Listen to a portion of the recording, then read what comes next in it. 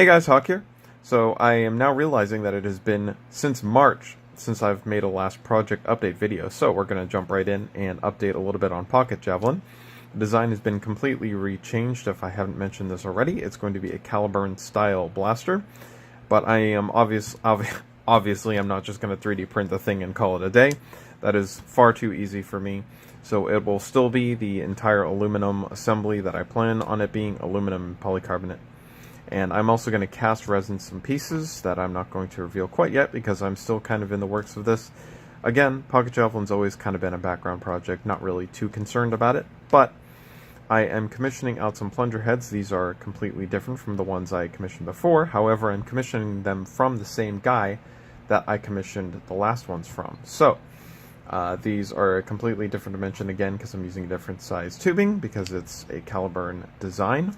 I am waiting on those, and I am waiting on some other things to come in for this project, but I have blown a ton of money on this thing, and I eventually plan on getting it sorted out, but I am going to test, or rather, I have been testing O-rings for some durability, so let's jump over to that. So I read online that there is a possibility that mineral oil might be able to lubricate silicone. Now, there are basically two different types of silicone. There's regular cured silicone and there's platinum cured silicone. Platinum cured silicone literally means that there is platinum, the element, in the curing process. That is very literal. That type of silicone is a lot more resilient than the regular cured silicone. Not exactly sure what type of silicone this O-ring is, and so in order to test those theories, I have chosen to leave this O-ring in mineral oil. It's probably been 2 weeks, 3 weeks. It's been a very, very long time. It might actually be a month by now, but if it was going to damage anything, I think it would have damaged it by now, and it would have gotten slimy. I'm about to dry it off just to make sure, but it doesn't feel like the durometer has changed at all, the durometer being the kind of the squishiness of it. So I think it's okay. Now, the reason why I am thinking about mineral oil instead of any other lubricant, normally you would use either white lithium grease or silicone lubricant, and I'm getting people telling me that silicone lubricant will destroy my O-ring because my O-ring is made out of silicone. Looking further into that, that is not entirely true. It's the same thing with the regular cured, and it's actually tin cured. Tin cured and platinum cured silicone. The tin cured silicone is most common, and that will be damaged by silicone lubricant.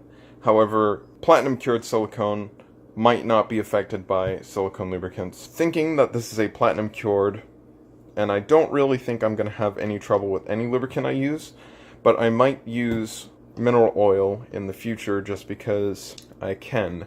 Okay, so I have cleaned it off, and this is the one that was in the oil. And unfortunately, there is definitely a durometer change. It is very, very slight, but it is ever so slight, but it is there. This one is slightly softer now, which after a month actually isn't bad. It's not jelly. It's still really cohesive. There's nothing wrong with it. It's just a little bit softer. But what that means is, indeed, the oil has penetrated into this O-ring, which means that over time, eventually, it will break down. Now, whether that's years from now or whether that's in another month, that is to be seen.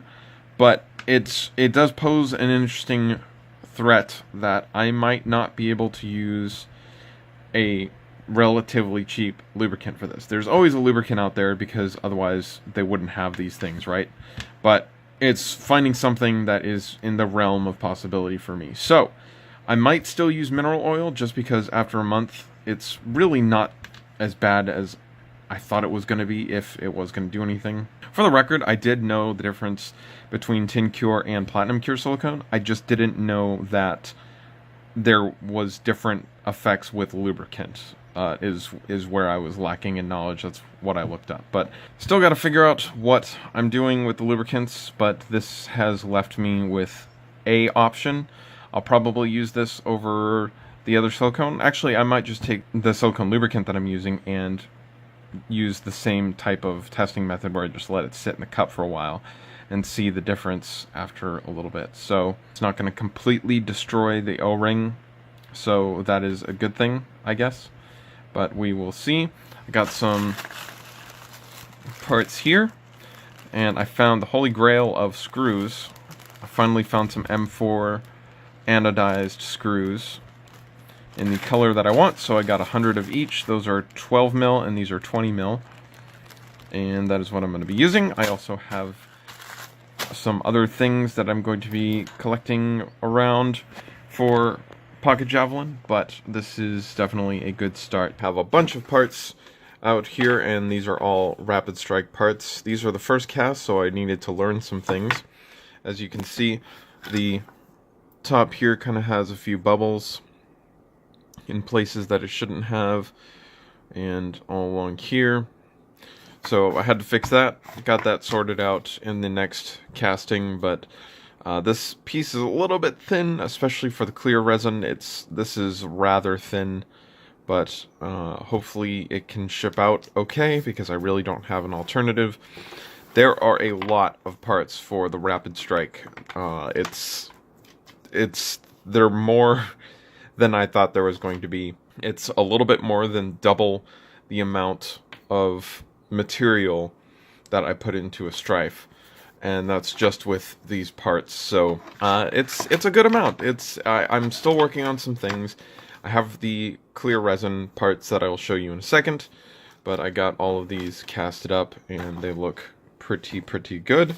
So those are the off-white ones. Got some 3D printed parts right here. These are temporary 3D printed. Obviously I'm going to finish these up and mold them, but this is a flared magazine well for the Rapid Strike, so it'll go on there like that, and I think that looks pretty good, but that's just a little preview. So those are all things I'm working on. Obviously, if I have this much interest in a Rapid Strike right now, I am working on my own Rapid Strike, which again I'll show you in a second. Another background project that I'm working on is, I've hinted at this for a while, but this some people called it out immediately. I can't snap with my left hand, apparently. There we go. So, some people called it out immediately, and I hinted at this. This is going to be the Kaos DOGMA, and it is going to be an HPA build, and I'm going to do my best to fit all the parts in there. It's going to be magazine fed. Anyone who actually plays the game knows that the actual magazine is this thing right here, but obviously that's not going to be a thing. This thing up the front happens to look like a magazine, so I will be doing that. A few changes for functionality's sake. I had to move this from back here to right here, and will give it enough room for the magazine. I moved this one up a little bit, but it's so small that it's almost not worth noting. Some things are for comfort. For instance, it's kind of hard to tell, but right here there's a box that comes like this, dips down, and then comes back here. And so there's a box-shaped piece right here, and you're supposed to put your hand right there, which means that's going to kind of interfere with the grip a little bit, and it's going to be a little uncomfortable. So instead of dipping down like this, I am actually dipping it up like that. And that's just going to get out of the way of the handle a little bit more, just for ergonomics. There's a few other things, like I'm moving the barrel about 5 millimeters down. That's just to make room for the tank up at the top. This is the biggest change that I have to do to this. I have to move the entire thing up about 5 millimeters or so, and that's just to make room for the tank. So, a few things that I have to work on. I also have to get a shorter tube for the tank because it's a little too long. But I am working on the 3D file, so I will be printing these out. I don't know if I'm going to be casting these because that is, number one, a huge mold. That is going to be massive molds, and there's going to be a lot of them, so I don't know if I'm going to do that. Probably not, but we will see. And then I am going to finish those up and make them all look super nice, and I have different parts and different things and blah blah blah, etc, etc. I have some EL wire for the SIVA wires. I'm also getting the Siva Node professionally 3D printed, so that's going to look awesome because I'm going to mold that one and cast that in clear resin, get some LEDs in there.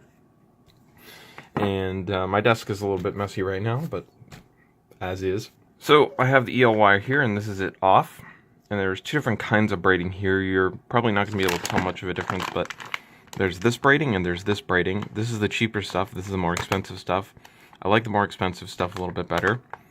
And that just gives a little more black, but kind of makes it look black with a hint of red when it's off, and then when it's on, has that nice glowing effect.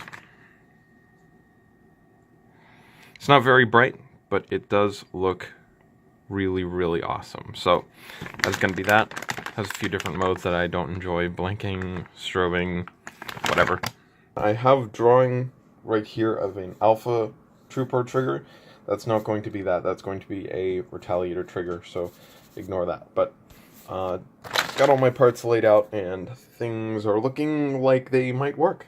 So this is the test rapid strike. Nothing particularly special about this. It's just fitting the parts for now. I think I want to cast a few more parts. I wasn't going to do this top sight, but I might try. And then this front door, I'm probably going to do that as well. And I also need one more of the little attachment nubs, so probably one more mold for this, but this is the majority of the parts. Also have the magwell, which again, it's of all the things on this, the magwell is the most iffy. Also, I had to shave down, not shave down, but there's a little bit of flashing that I had to get rid of on particularly this front piece, because there are some lines in here, some grooves that center the magazine correctly, and it was getting caught on that, so it would actually get stuck. And so by moving the magazine forward just a hair, by trimming off some of that, I was able to fit that in there no problem. And it was ever so slight. I'm talking like a 1/4 of a millimeter, and then it just cut it off, and then all of a sudden it slips in there super nice. So that's kind of weird how that works, but I'm not going to question it too much. So we got all these pieces that are functional. I just did that because it's one-handed. I'm not actually holding the blaster. And yes, this is an XD stock on a regular Elite Rapid Strike. I'm aware of that. Got the jam door. Came out super, super nice. That is just a piece of plastic on the back right there. That's on the inside, actually. That's not attached on there, though, so don't worry. And camera focus on this is terrible, but that's okay.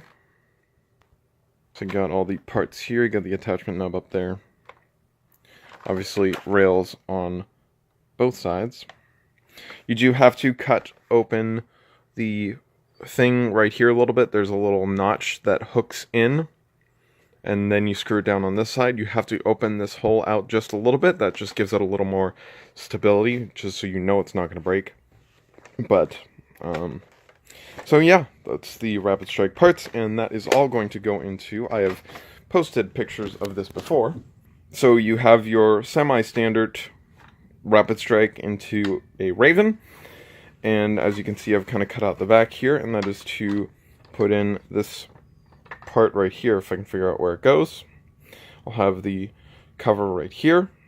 I'm going to carve down this a little bit so it flows a little bit better, cover up this hole, do a little bit of body work, but the battery is going to go back here, and I have reasons for that, but I'm not going to say them right now, currently.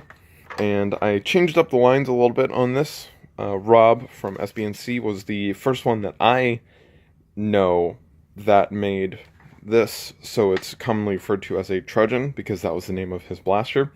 Kind of like the Poonbow is like for the Kennerstrife, even though it's not technically a Poonbow, it's a Kennerstrife. This is not technically a trudgeon, it is a trudgeon style blaster. Anyway, I didn't like some of the lines. Mr. Nathan did it as well. I didn't like some of the lines. The big thing back here is usually cut in this way, where those Sharpie lines are, and then covers up the front half of the Raven top thing, the flatness there. And I didn't like that. I like the flat top right here of the Raven. So I cut that off a little bit differently. And I like the way that that fits much, much better. So I'll fill in some of that with epoxy putty, but I think that's a little bit cleaner. I think that's a little bit better. It's coming out really good so far, and then this adds just a little bit of length, which I actually like. It's a little bit long, but it's not terrible. I like it. So that's what that is going to look like. Still not quite sure on a color scheme, which you think I would have come up with by now, but going to put some clear parts into this guy, and of course these are regular clear right now, but I'm going to make myself a set of crystal clear parts, which is probably going to be a pain in the neck with how difficult those molds are. These are probably the most difficult molds that I've made so far in terms of complexity, and it's going to be a pain in the neck to make crystal clear parts for this. But I am going to try to do it, and then obviously I have the molds for the Raven back end as well. This is going to be my blaster, if you couldn't tell from making the crystal clear parts. This is going to be my personal blaster. My kind of end goal here is to make one of every blaster. So I have Ethereal Fortress as the semi-automatic primary. That's personally my favorite type, which is probably the reason why I made it first. But I now don't really have another reason to make another one of those, really. So full auto is probably going to be the next one. Don't really appreciate full auto, don't like it that much, probably not going to use it for anything besides a fun round, but I want one of everything. I'll eventually make a Springer class and a whatever, blah blah blah, etc. So I think actually now that I think about it, the only thing I'm probably not going to make is a Stampede style, the electronic plunger or whatever. I think that's pretty garbage, in my opinion. You're putting unnecessary strain on all of your parts. It's kind of dumb. No offense to anyone who likes it. If you like it, more to you. But personally, I think it's kind of dumb, and I don't even really see a need to include it in my list of blasters I want to make. So, next one after this is probably going to be the Springer. And then the next one after that is probably going to be the HPA. This is long term though, so this might change. I don't really know what I'm doing with either of the other two blasters. I'm kind of winging it. So, but it's on the list. And I also have one more thing in the project list, which is another Hyperstrife. And I am going to make this one into a themed blaster. Not really thinking that there's going to be LEDs in this one. I know, but it's going to be really awesome, I think, and I think it'll be worth excluding the LEDs for what I want to do, and I'm super excited about this one. This is going to be the last blaster that I sell with XP180s, because XP180s are now officially dead in terms of they're retired. The people that make them have completely shut down. Extreme Productions has completely shut down, and even though that was just recently posted by Blaster Tech, I've actually known this for quite a while, probably going on a month and a half now, because I was actually trying to order custom motors. I've been working with Extreme Productions directly for the past 10 or 11 months. Everything was going good, paid them and everything. I was working with some other people on this, and all of a sudden, hey, the company shut down. So luckily I paid through PayPal, so everybody got their money back. But it was pretty close. We almost got screwed. Yeah, there was a whole big thing about that, but basically no more XP180s. I stocked up on a few pairs, but not as many as I would have liked. I should have gotten more. So I will not be selling XP180s anymore. These are now mine. So I already had planned this, and I already wanted to put in XP180s. So I'm already going to do that, but there won't be any more. But it's going to have all of the cast parts. They're not going to be clear. Again, that might sound weird, especially for me. No clear parts. No, that's kind of my main thing. So you might be thinking, what's he doing? What's he thinking? But I'm not going to reveal this project quite yet, what it is. But I do have a theme in mind, and I think it's going to be really, really cool. And if it doesn't sell, I'm perfectly happy with keeping it myself, because this is going to be an awesome blaster. This one's also going to have a DRS cage. It's going to be 4th gen. I have a bunch of those lined up for future commissions.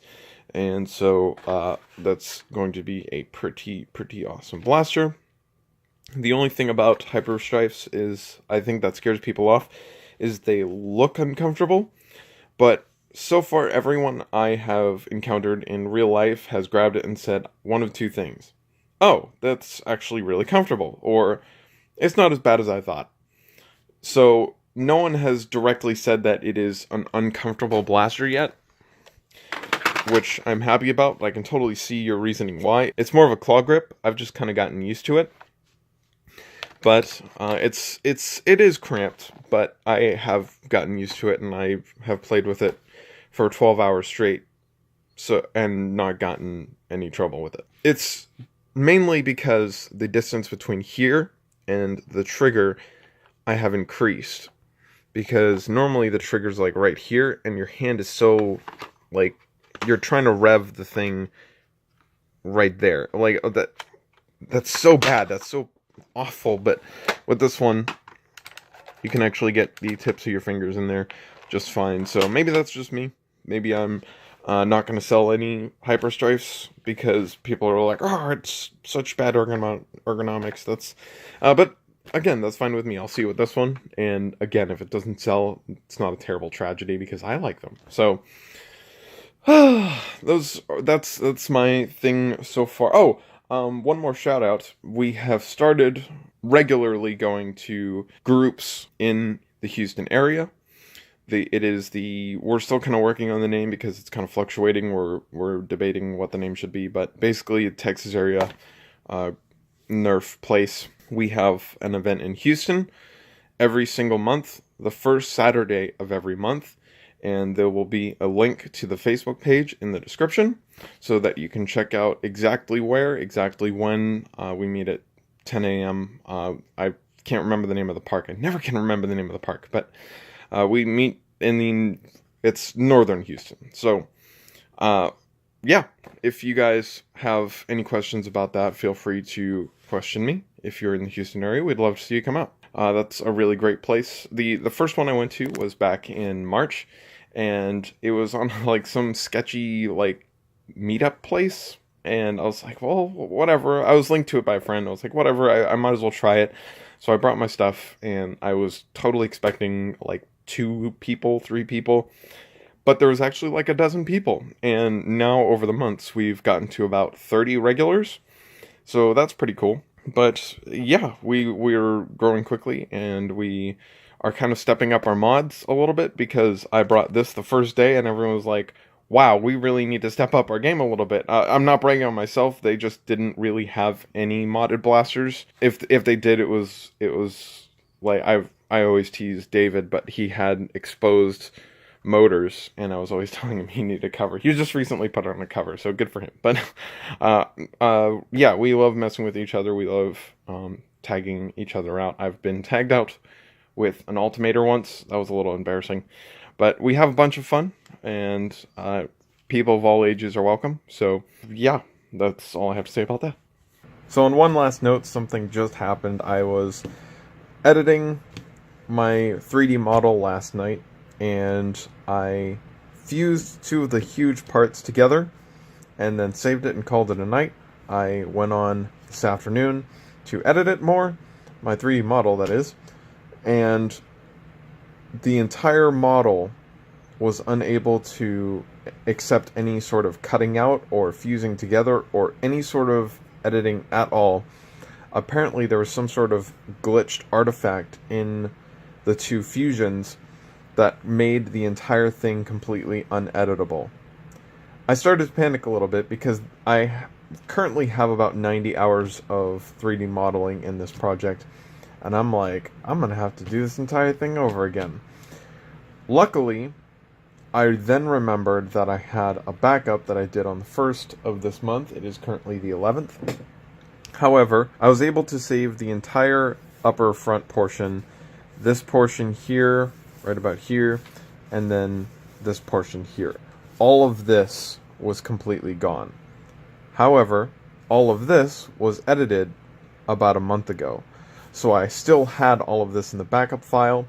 Basically, I cut that out and I fused all of this back together with that, and I did everything correct again, and I left the two main halves separate for now, and I actually did it correctly. I cut it out first, and then I'll fuse it later, or if I'm not going to fuse it, I don't even know. Long story short, almost screwed this up, remembered I had a backup, fixed the problem, so everything's back, everything's good, everything is a-okay, and it's actually coming out better now that I have it properly done. So the blueprints are getting slowly more confusing. This tank isn't even right. These lines right here are completely wrong. This is moved up a few millimeters, etc., etc. And one last thing, if you guys want to follow this, or if you guys are just Facebook junkies in general, I have a Facebook in the link in the description. It is Hawkeye007. That's going to be the one you're going to want to follow. Keep in mind that there is a Black Steel Props Facebook page. Do not follow that because I never update that. I have not updated it since Ethereal Fortress, and that was over a year ago. So please don't follow that one. Follow Hawkeye007. That is the one in the link in the description. Facebook isn't your thing, you don't want to follow, completely understand. I just want to let you guys know that that is something that is out there. So if you guys have any questions, go ahead and leave them in the comments below. Thanks for watching.